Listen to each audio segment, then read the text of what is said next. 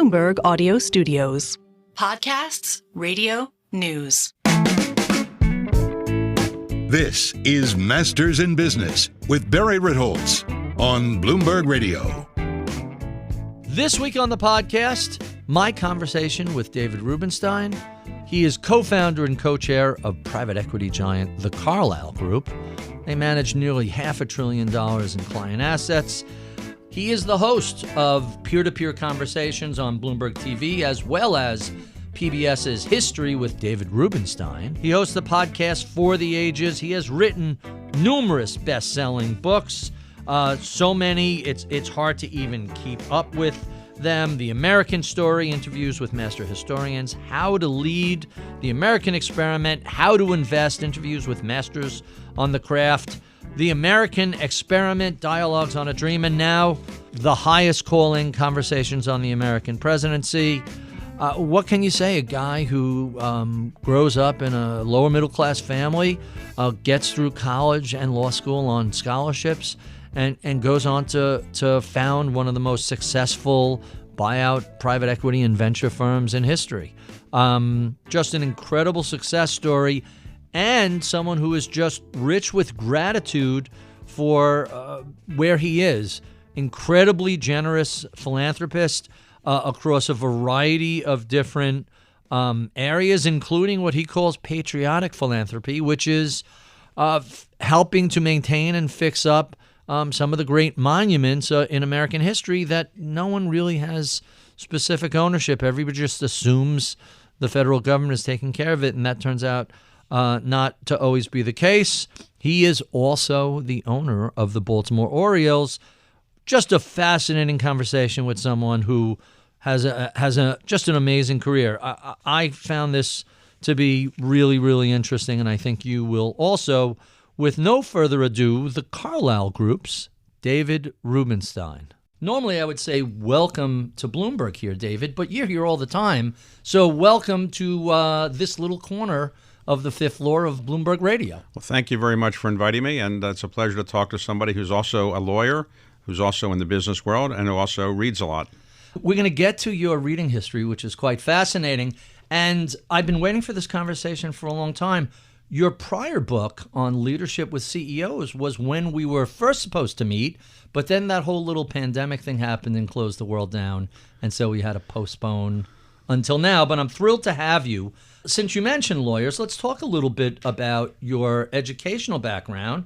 Duke undergraduate, Chicago Law School. What was the original career plan? My career plan was to go into the federal government, be trained as a lawyer so I could go back and make money eventually when I wasn't in government. I was interested in being an advisor to a president. As a young boy, I was impressed with President Kennedy, and so I wanted to do what he said, come in and serve the government.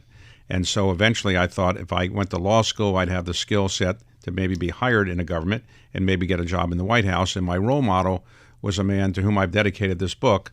It was named Ted Sorensen. Oh, sure. Ted Sorensen was the person who helped to write John Kennedy's great inaugural address, helped to write Profiles in Courage. He was an incredibly brilliant young man. At only 31 when he worked for President Kennedy. He was in his 40s when I joined the law firm after law school that he was at, Paul Weiss, Rifkin, Wharton, and Garrison. And I hoped that some of his pixie dust would kind of fall off my way. And eventually I sort of did find that situation where I got a job working in the Carter campaign and worked in the Carter White House. I'm fascinated as a recovering attorney, as people who have done these successful career transitions. What led you in 1987 to say, hey, there are some opportunities in private equity. Let's explore that. Well, in 1987, the phrase private equity had not yet even been invented. It was then called buyouts. I was thrown out of the White House when we lost to Ronald Reagan, so I had to go find another job. The only job I knew how to do was practice law. I practiced a couple years in New York. I wasn't really good at it. I didn't have a lot of experience at it, and I didn't enjoy it. And if you don't enjoy what you're doing, you're never going to be great at it. Nobody's ever won a Nobel Prize hating what they do. And so I realized that my clients weren't really dying to see me continue practicing law. My law partners didn't think I was going to be Benjamin Cardozo or Louis Brandeis. So I decided to start the first buyout firm in Washington with no experience, no money, and no credibility. And ultimately, I got lucky, and it turned out to be a very large firm. Huh. So there's this little bit of an urban myth that at age 37, you read a book on entrepreneurship that states, hey, once you're older than 37, the odds of starting a new firm drop precipitously. Is there truth to that? Sometimes urban myths are accurate. In that case, I read a book that said that if you are going to be an entrepreneur, you typically start your entrepreneurial venture between the ages of 28 and 37. And if after 37 you haven't done it, the chance of doing so is very, very small. And I read that when I was 37. And I thought, okay, if I'm going to get out of practice law, I better do it now before I have more family obligations or other kinds of personal obligations. So you've been in D.C. for the previous couple of years working in the Carter administration.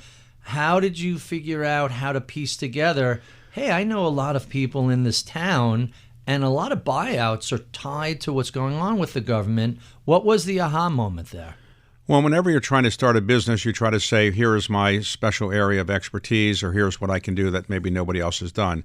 And so my idea was to say, we understand companies heavily affected by the federal government maybe better than the guys in New York. Those would be companies like aerospace, defense, telecommunications, healthcare, all of which are heavily regulated by the federal government.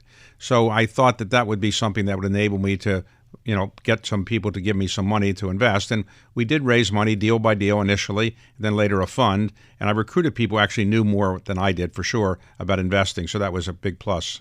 So I'm glad you brought up recruiting for two reasons. First, a lot of CEOs say it's the hardest part of their job is attracting high quality talent.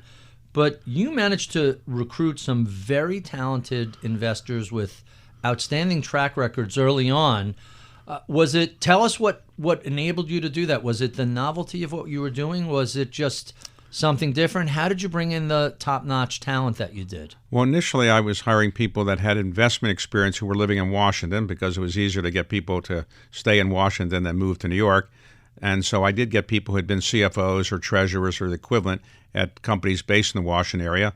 Later, I went out and recruited big names who had been in government, people like former Secretary of State Jim Baker, former Secretary of Defense Frank Carlucci.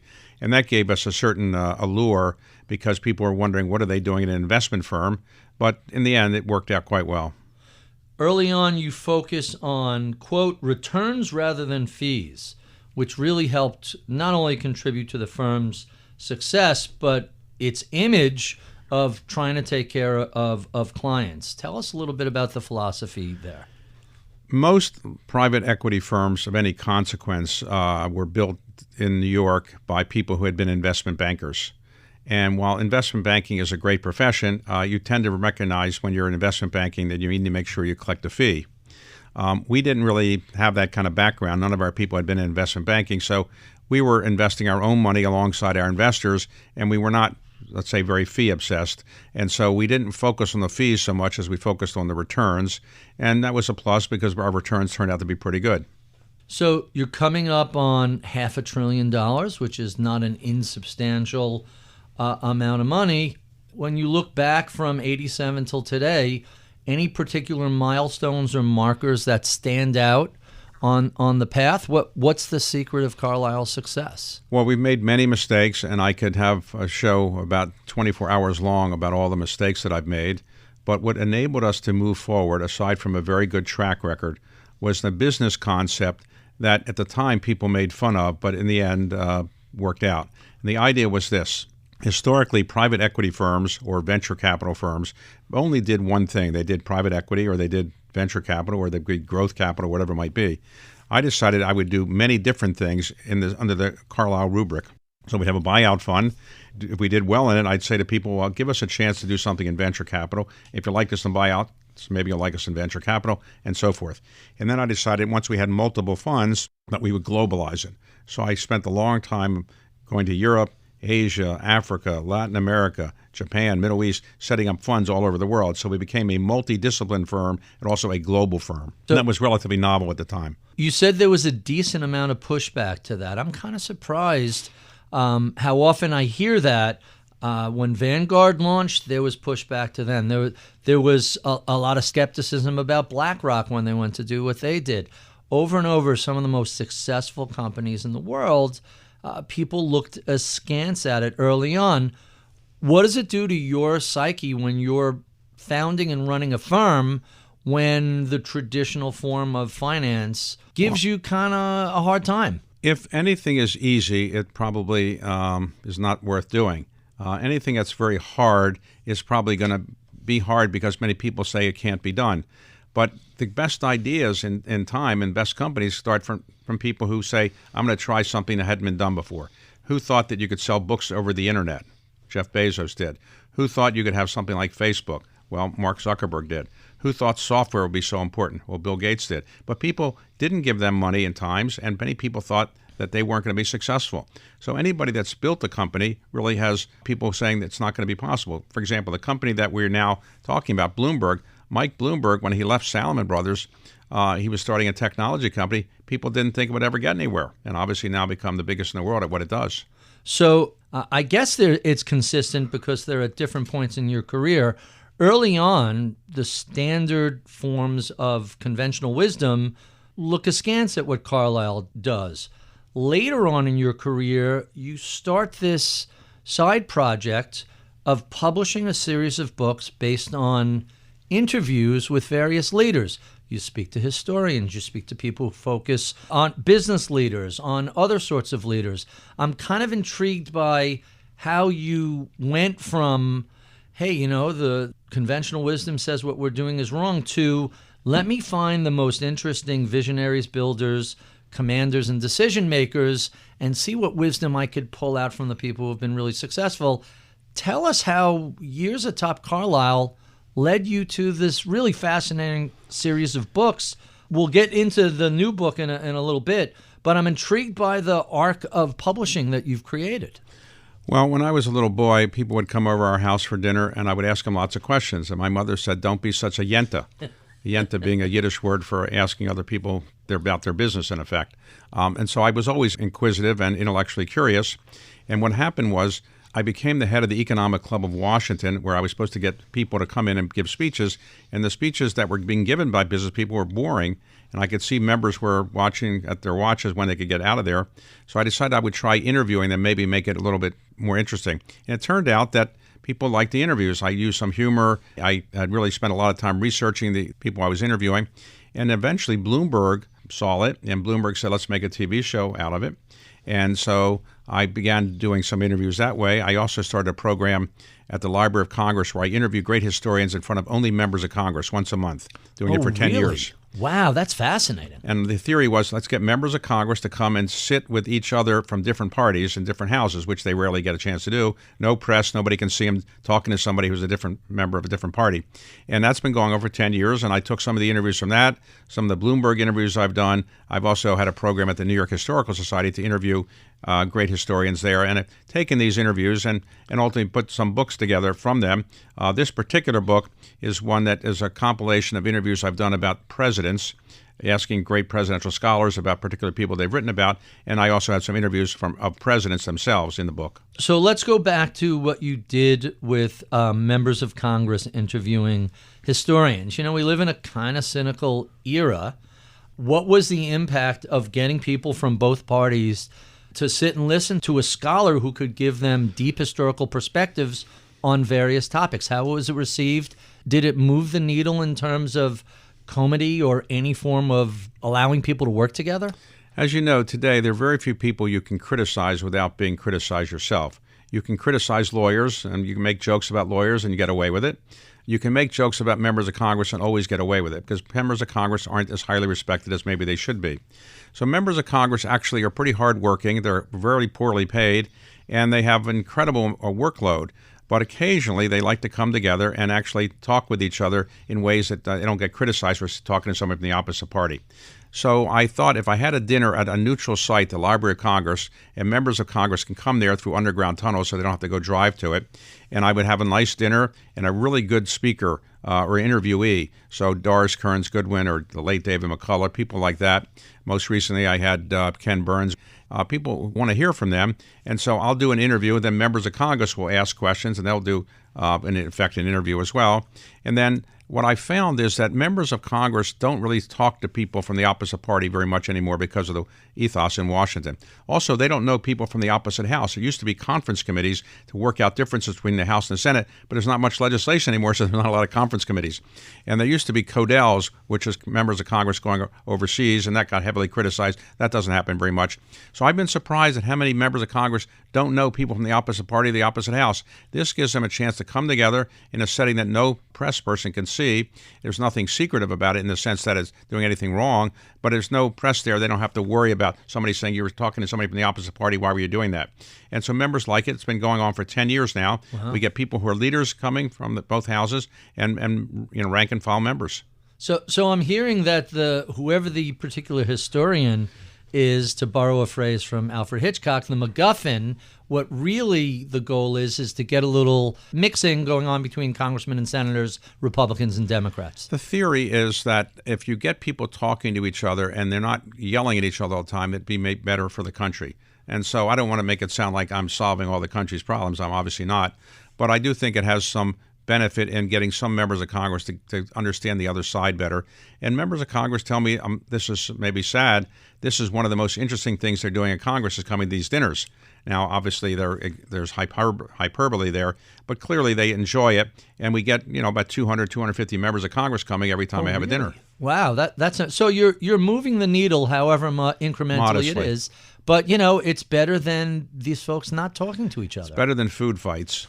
And remember, during the Civil War, we had over 60 times during the Civil War, members of Congress would get into fights with other members of Congress on the floor of the House or the Senate. 60 times. Fist fights. Fist fights. The most famous one was when one member of the House took a cane and bashed the head of a senator he didn't like, and it took a long time for that senator to recover. But that we're not doing that now, fortunately. Although sometimes it feels like we're coming pretty close. There's a lot of division in the Congress, but the division in the Congress really reflects the division in the country. Members of Congress really reflect their constituents, and as you know, we now have blue states and red states. In 1960, for example, Richard Nixon campaigned in all 50 states because he didn't really know who would win the particular states. There weren't red and blue states necessarily. Today, most people running for president are going to campaign in about 7 states, because those are the only states we don't know for certain how they're going to happen or what they're going to do. So, for example, if you became a candidate for President of the United States tomorrow and you're the Democratic candidate, you're going to win New York or California. It doesn't make a difference what you say or what you do. And if, by contrast, you became a Republican, you're a Republican nominee, you're going to win Texas or Mississippi or Alabama. So most of those states are not relevant for the presidential election because we know how they're going to go. So we're now really focused on 7 states, the so-called 5 swing states, and maybe 2 more swing states that now might be swing states.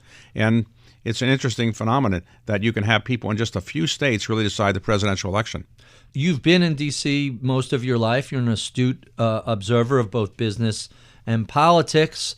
What should we credit this this huge, we're no longer purple, we're blue and red? Some people point to Citizens United. Some people talk to how toxic social media. I'm assuming it's much more complex than either of those answers. But what's your perspective?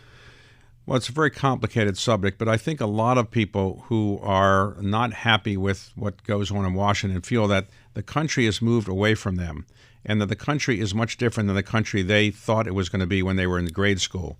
Remember, in 1960, when John Kennedy ran for president, the country was 90% white, 8% black, 2% Hispanic. That was basically it. Today, we're a much more diverse country, obviously, and I think the diversity has upset some people, rightly or wrongly, and therefore I think some people feel that the country has gone away from them, that the globalization of the economy has taken jobs away from them, that a lot of them feel they're not getting the benefits of America. For example, only 40% of American adults are college educated. That means 60% are not. So if you are not college educated, your job has been lost to an offshore company, you're going to be very disappointed. And many of those people are disappointed and looking for people who are maybe more xenophobic than maybe we should be the case. So I do think it's the case that you have many people now in the country who are very disaffected from the country's image that they grew up with. I saw something a couple of years ago about the impact of gerrymandering that has shifted our elections to the primary. If you're in a safe district for either a Democrat or Republican, it's the primary that matters, not the general. And when the primary matters, you tend to get Republicans who are more rightist and Democrats who are more leftist. Any truth to that? Yes, that's a very good point. For example, it's something like 95 to 96% of people who run for re-election in Congress get elected. Now, it's in part because if you win the primary, you're probably going to win because your district has been probably gerrymandered or it's probably a very Republican or very Democratic district. So how do you win 95% of the time? Well, whoever has the most money usually wins. Not always, but usually. So what you do is you spend a lot of your time raising money. So about 40% of the time members in the House is raising money. It's because whoever has the most money will probably win. And therefore, there's a lot of emphasis on raising money. And you don't raise money typically by saying, I want to go to Washington and be right down the middle. I want to be a person who decides what's right, or depending on the facts as I look at them. They tend to say, I'm going to be very far to the right or very far to the left, and that's what enables people to raise money. If you went to Congress and you were a member of Congress and you said to your constituents, I want to go and assess each matter on a deal-by-deal basis, and I want to be right down the middle, what is really the best compromise, you probably won't raise a lot of money.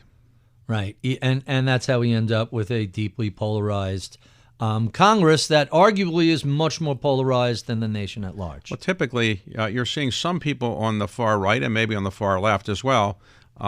They are making speeches on the floor of the House at the very moment that their campaign operation is saying, see what our member is saying on the floor of the House, give us money now, give us $5, $10, $15. And the fundraising that comes in from small donations is quite large. Really, really quite fascinating. So you've written a number of really interesting books based on conversations with various leaders. The Highest Calling, what was the motivation for this book on not just presidents, but policy and politics? Well, let me talk about the presidency for a moment. The title is The Highest Calling. Historically, I've said the highest calling of mankind is private equity. Obviously, tongue-in-cheek. It gets a laugh from people because they recognize that private equity is probably not the highest calling of mankind. Probably not. But the highest calling really reflects maybe the most important job in the Western world, which is the presidency of the United States. When George Washington was elected president, he wasn't the most important person in the world. Probably the president of the United States did not become the most important person in the world until Woodrow Wilson went to Paris right after World War I, or at the end of World War I, to negotiate the treaty that would end World War I. And as he went there, he was descended upon by hundreds of thousands of people thanking him for winning the war. And then after Wilson, presidency became less significant as we had some presidents who weren't so well known or so historic, Harding or Coolidge. But then when FDR became president, he took over, in effect, the Western world and became the most important person in the Western world. And ever since that time, the President of the United States has been the most important person, I think, in the Western world, certainly, if not the world. And so what I try to do in the book is interview great scholars about great presidents, what made them important, what made them do well or do poorly, and then talk about from presidents directly that I've interviewed. And I have a number of interviews in there with presidents of the United States that I did the interviews myself. So what I'm trying to do with the book is simply this. Say to people, learn your presidents, learn your presidential candidates, and vote. In this country, about 2/3 of the people vote for president. That means about 80 million people who are eligible to vote don't vote. 80 million people. In the year 2000, only 539 votes made a difference about who was elected president of the United States. That was the votes in Florida. So I want everybody to think about this, maybe read the book, think about why the presidency is so important, and go out and vote. That's what I'm trying to do with the book. So you describe the presidency as the most important, at least in the modern era, as the most important job in the world. Is it safe to say this is the single most difficult job in the world? Well, other than the job of doing interviewing, as you and I are doing, I'm going to let you in on a little secret. I think you and I have the best gigs in all of finance. You find this difficult? I don't. No, it's fun. I'm just being facetious. I would say the presidency is often said to be the hardest job in the world. And so it does have an enormous amount of difficulties to it because everything you do affects everybody in the world. If a president makes a decision, it's going to affect people all over the world almost all the time. So it's a tough decision. If you take people who become president, they age. They age a lot. When you look at somebody who's been in there for 4 years or 8 years, you see what they look like at the end and what they look like in the beginning, you kind of realize how it can really age you. And the reason is the toughest decisions get resolved only by the president. Mm-hmm. If it's not that tough, it'll get resolved at a lower level. When it comes to the president making the final decision, it's usually a very difficult decision. So you do a poll in the book on the best and worst presidents in U.S. history. What motivated that poll, and what surprised you in those results? I had a poll commissioned to just figure out who people thought were the best presidents, who were the worst presidents, what are the qualities you want. And not surprisingly, the poll said that Abraham Lincoln was probably the best president, George Washington maybe the second best. But in some respects, more modern presidents have very high ratings as well. President Kennedy is extremely highly regarded today, even though, interestingly, only 70% of Americans, it's hard for you and I to believe we were alive when President Kennedy was alive, only 70% of Americans, only 30% of Americans were alive when President Kennedy was alive. 70% of Americans don't know anything about him, or very little about him, because they weren't alive when he was president. I'm the chairman of the Kennedy Center in Washington, and we built an exhibition recently to show people who President Kennedy was and what he's done. What I think overall, what I'm trying to do with the book is say to people, have a civic responsibility and learn your presidential candidates. Be informed, learn about their personalities, their characteristics, their programs, and then make a decision to vote. In this country, we have pretty much the lowest percentage of people in Western democracies who are actually voting.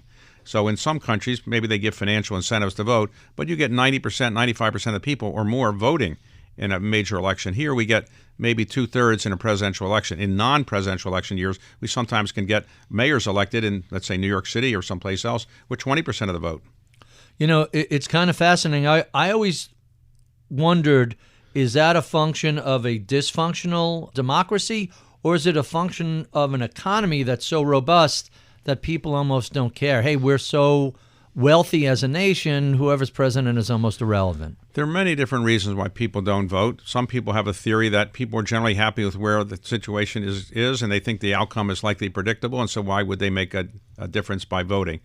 Some people can't really vote easily because you have to wait in lines if you don't vote early, and sometimes people don't have the ability to wait in lines. Sometimes people don't know much about voting in advance or doing the ability to get a ballot in advance. There are many different reasons, but I think it's unfortunate that people don't vote.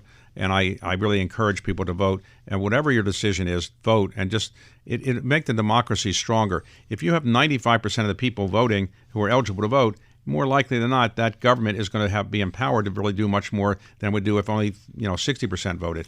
You know, you look in Europe and many other democracies, Election Day is a national holiday. The stock market's closed, the banks are closed, schools are closed. It encourages people to go out and vote. Is that something we should be thinking about here? We should look at things like that. For example, people have suggested we allow people to vote on Sundays, or basically make Election Day Sunday. Now, for religious reasons, people don't like that in some cases. But having it as a national holiday wouldn't be a bad idea. Now, with advanced voting or early voting, we've mitigated that problem to some extent. But making it a national holiday, we have a lot of national holidays. Adding one more probably wouldn't be the worst thing in the world. So let's get back to the highest calling, to the book. One of the things that really struck me were the last two chapters on Trump and on Biden. Those two chapters felt very different to me than the rest of the book. And I don't know if it was the conversation or just because it's so present and current and fresh, but they felt qualitatively different than me. It's also, as you're reading it, the things that are being discussed are just so fresh and vivid in my recollection. But I found those two chapters to be really intriguing. Both journalists you interviewed and both subject matters really fascinating. Well, Maggie Haberman is a New York Times reporter who covered President Trump when he was at the White House. She also covered him before he became president. Like many books about the Trump administration, her book called Confidence Man was not probably that favorable. Franklin Foer is a journalist at The Atlantic, and he took the first 2 years of the Biden administration and wrote about it. And it was one of the best books that had been written so far about the Biden administration. So while I do have an interview with President Biden in the book, and I do know him reasonably well, I thought having a journalist perspective would add something to the book.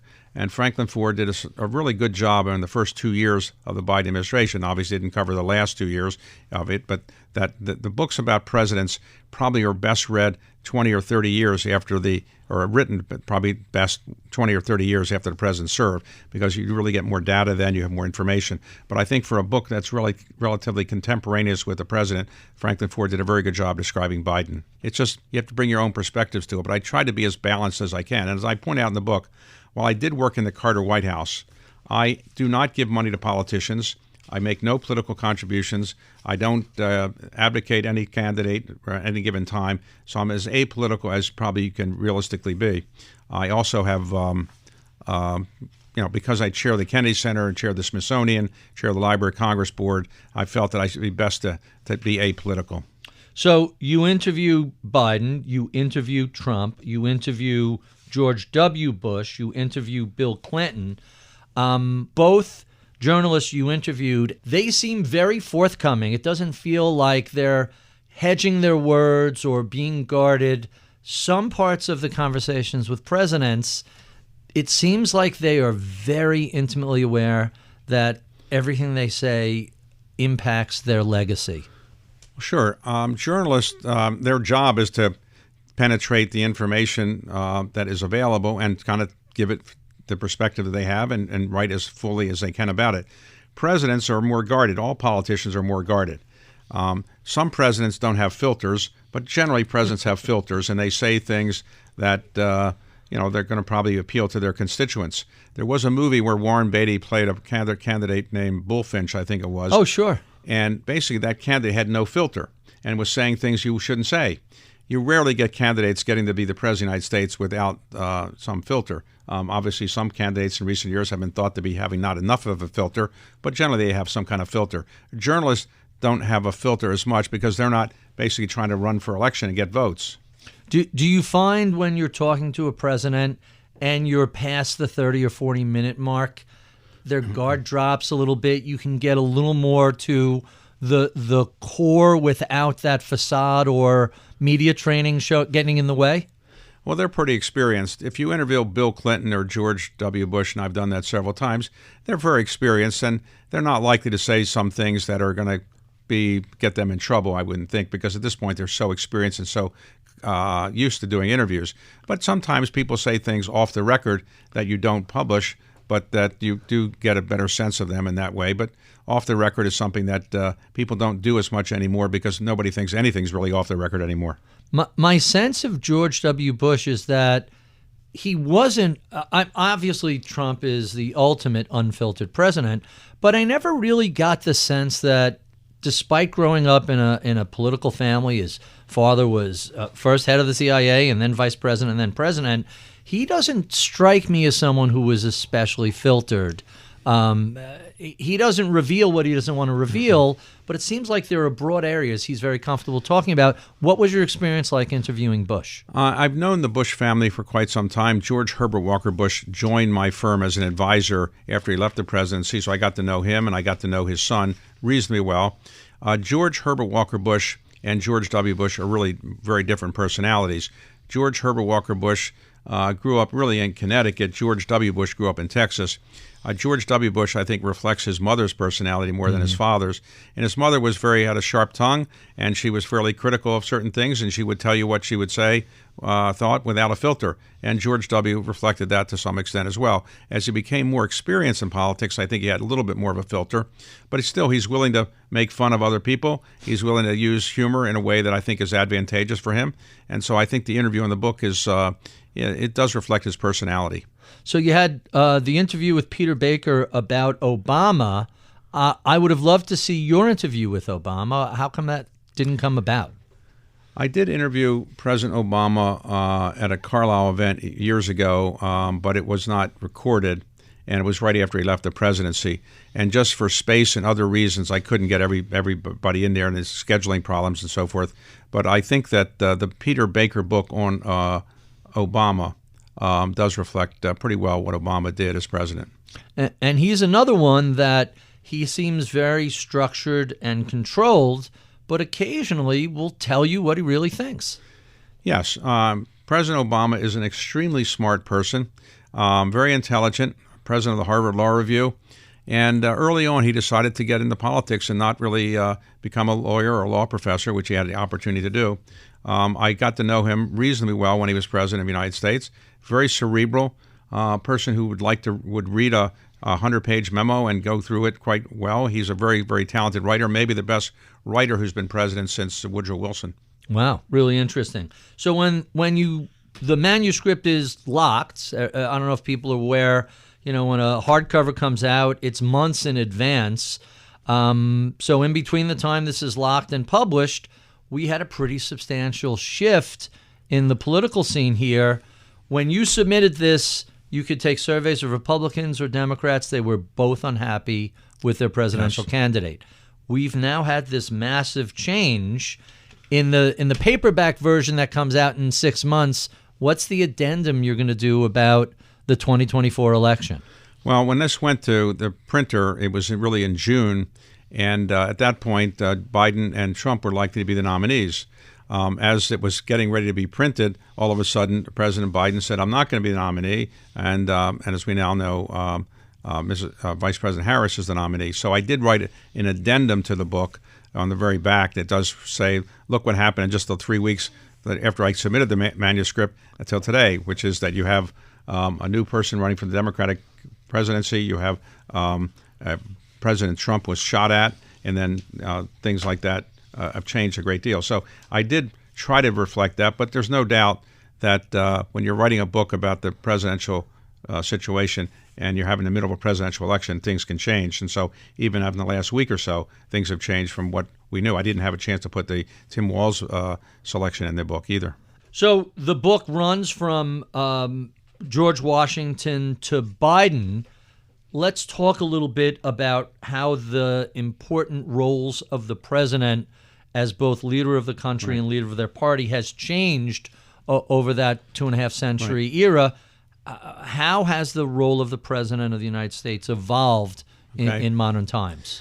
Okay, so initially when the president was the president, George Washington, it was not a global figure, really, and the United States was not a global country. Today, the United States president is the most important person in the Western world, for sure. He plays, or she will play, if she gets elected, a role where you are not only the head of the government, but the most important person in the political arena. You're also a global figure who are making decisions about war and peace from time to time. So it's an incredibly important job. It's hard to think that any one human can do it perfectly, and nobody really has done it perfectly. But it's a role that very few people would say that there's an equivalent anywhere else in the world. You've written that as a 12-year-old boy, you were deeply inspired by President Kennedy's inaugural address, particularly his call to public service. Tell us about that. Yes, I was young, and my sixth grade teacher went over that speech with us the day after it was given, and I recognized what he was saying is that people should give back to the country. I was not from a wealthy family. I didn't know what I wanted to do at 12 years old, but I thought serving in the government in some way would be a thing that would be a worthy goal. And so I ultimately did try to do that by working in the White House for President Carter. So that led to other things, and it led to the company that I created, Carlyle, after we left the government. And then that became successful, and I decided to devote a large part of my life now to philanthropy. So let's talk a little bit about some of the things you do, because it's really a fascinating arc of things. First, you're one of the original signers of the Giving Pledge. Tell us a little bit about that. Bill Gates, Melinda Gates, and Warren Buffett conceived of a pledge. It's informal. It's not binding in some ways, but it's basically an informal pledge that you would agree to give half of your net worth away during your lifetime or upon your death. And there were 40 of us who signed it initially. Now there are probably more than 200 have signed it, mostly from the United States, but there are some certainly from around the rest of the world. And it's a commitment that I've tried to honor. I have given away a fair amount of money in my lifetime to things that, interestingly, get more attention than others. So a large part of what I've done is medical research and universities and scholarships. The thing that has caught the most attention is what I've called patriotic philanthropy, which is to say giving money to remind people of the history and heritage of our country. So fixing the Washington Monument, fixing the Lincoln Memorial, fixing the Jefferson Memorial, fixing Mount Vernon, things like that, Monticello, Montpelier. I've been willing to kind of put up the money to help get these things restored on the theory that if they're restored, people will visit them, and if they visit them, more likely they'll learn more about presidents, more about our history and heritage. And I've done the same in trying to buy historic documents like the Magna Carta, Declaration of Independence, preserve them, have people see them, hopefully learn more about our country's history. So it's a fascinating phrase, patriotic philanthropy. How did you find your way into that space? It didn't seem... I remember when there was a problem with the Washington Monument and there was a call to raise capital to kind of repair it. It didn't seem that like very many people are spending time, efforts, and money repairing the great monuments of the United States. Well, many people think that the federal government has the responsibility to put up the money for that. So when I called the head of the Park Service and said, how long is it going to take to fix it and where are you going to get the money? He said, it's going to take a while getting the money from Congress. I said, forget that. I'll put up the money. And I was... Wait a sec. I got to stop you right there. Which monument are we talking about? The Washington Monument. And that was not an insubstantial job. That was tens of millions, hundreds of millions of dollars? No, it wasn't that significant. What happened was the Washington Monument, which was opened around 1888 or so, they had earthquake damage in 2011. And so the head of the Park Service said he didn't know exactly what it would cost. I said, well, tell me what it would cost, and I'll put up the money. And he ultimately said that maybe Congress would put up some of the money, but he was worried initially that Congress wouldn't move quickly enough, give him the money when he needed it. So I decided to move quickly to do it. I've been surprised at how many people think about that because it was not the largest gift I've ever given, right, by far, but it was a symbol. The Washington Monument was a symbol of our country, and that a private citizen would put up the money for it kind of struck people as strange. Why wouldn't you let the federal government do it? And I've tried to do many things that the federal government could eventually do, but maybe they can't move quickly enough, or they don't have the resources to do it in some cases, or they can't allocate the resources. I've tried to buy historic documents for the same kind of reason. The federal government doesn't buy historic documents typically, but I think by preserving them, we give people a chance to see these documents and have them think much more about our history and heritage. And the reason that's important is Jefferson said that to have a representative democracy work, you need to have an informed citizenry. And very often we don't have as informed a citizenry as we should have. We don't teach civics in high school or junior high school as much as we used to.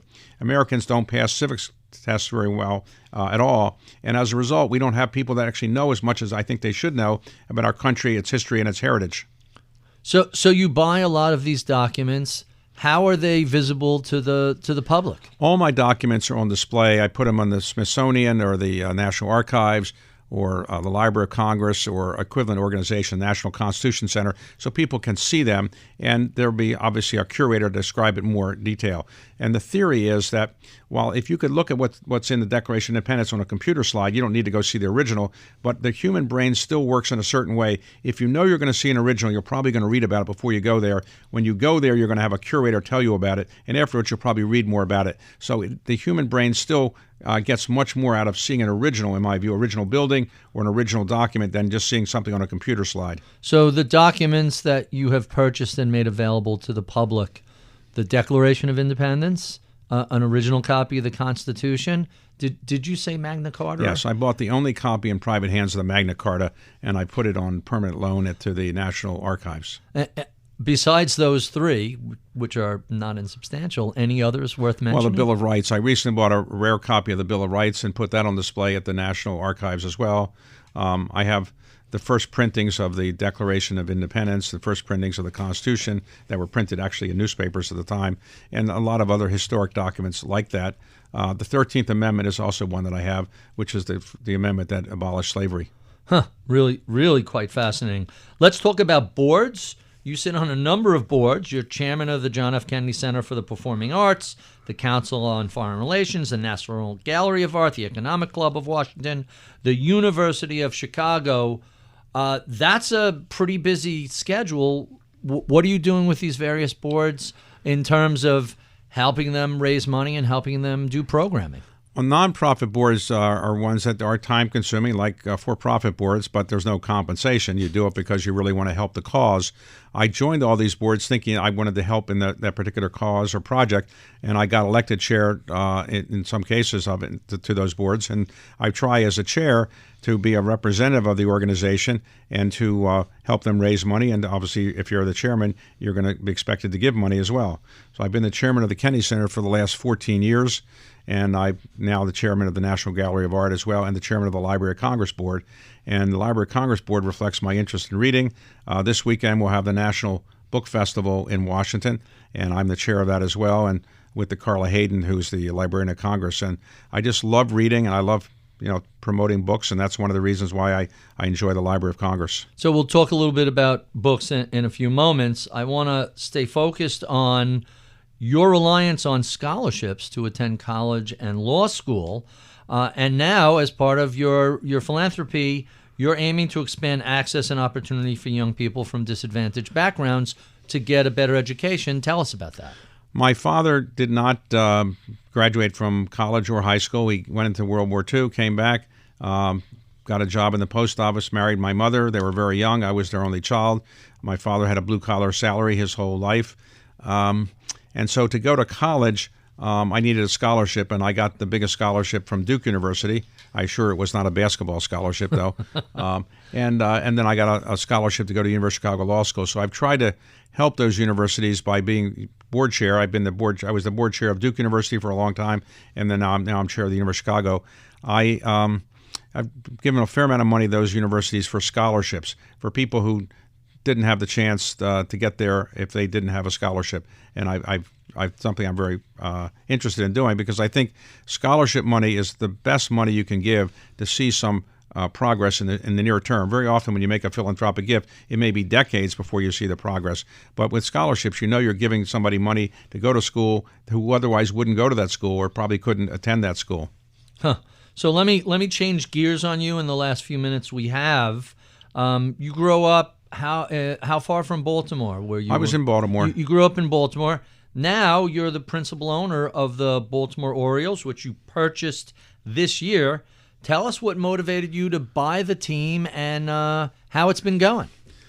I did play Little League Baseball, but I assure you I was not a superstar. And like all kids who play baseball, you always want to play in the major leagues, but you realize by the time you get to 14 or 15, now that's not going to happen. I spent most of my career living in Washington post the White House years, and I've given a fair amount of my money and time to causes in the Washington area or national causes. But I felt that I hadn't done enough for Baltimore, my hometown, which had given me a public school education, where my parents were born and raised, and where I was raised, where my parents are buried, and where I no doubt will be buried as well. And I just thought if an opportunity came along to do more in Baltimore, I would try to take advantage of it. And an opportunity came along to buy the Baltimore Orioles, which is very important to Baltimore. Baltimore has lost a lot of jobs in recent years, a lot of businesses in recent years. And as a result, Baltimore doesn't have as many things to brag about as maybe New York City or Los Angeles. And therefore, the Orioles, which have been there since 1954, are really central to the ethos of the city. And I just thought I wanted to help contribute in that way. And so I put a team together to buy the Orioles. What surprised you most as an owner of a Major League Baseball team? How dedicated the fans are. I've met fans who've had season tickets for 45 years, 50 years in some cases, and I'm just surprised how people regard baseball and the Orioles almost like a religion. And people know every statistic, they watch every game. People are much more dedicated than I actually knew, and I was surprised at how important Baltimore really regards the Orioles as central to its fabric. And so that's been one of the most important things I've learned. So let me give you an opportunity to push back on some nonsense I read when it was first announced. Oh, no, a private equity guy is buying the Orioles. Ticket prices are going to go up. Hot dog prices are going to go up. This is going to be a disaster. Well, there are private equity people before me who have bought sports teams, and the results have been reasonably good. I think, baseball is a complicated sport because it doesn't have kind of the arrangements that the NFL has or the NBA has. And so it's much more challenging for small town teams to do as well as big town teams. But, I don't think that's the biggest focus, is increasing prices on food or something like that. Our focus is winning a championship and giving the best team we can putting the best team we can on the field, and that's what I'm really focused on, and that's what our energies are devoted to. And arguably, you have the best stadium in all of Major League Sports. What makes Baltimore so special?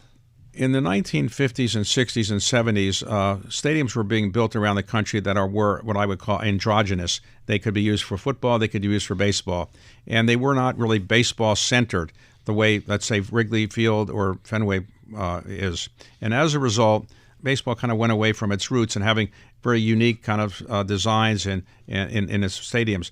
When the Camden Yards was opened about 30 years ago, it returned baseball to its roots in building a stadium that's built only for baseball and which has some unique characteristics. And it's now 30 years old. We'll rehab it over the next 3 or 4 years with money that the state of Maryland is providing us. And so we wanted to make it one of the best experiences in all of baseball, to come to a game like that, experience what a great stadium is like, and actually enjoy the team on the field.